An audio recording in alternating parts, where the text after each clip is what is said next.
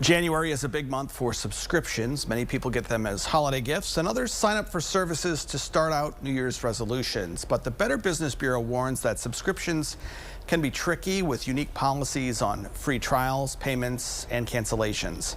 The BBB says consumers should know their budget, research companies, investigate free trials. Just don't assume that one free trial could be like another. Also watch for pre-checked boxes that can lead to unwanted charges. They also recommend understanding the auto renewal policies and to renew your financial statements on a regular basis. You're looking at your credit card statements or you're looking at your bank statements to see what kind of reoccurring charges that you might have.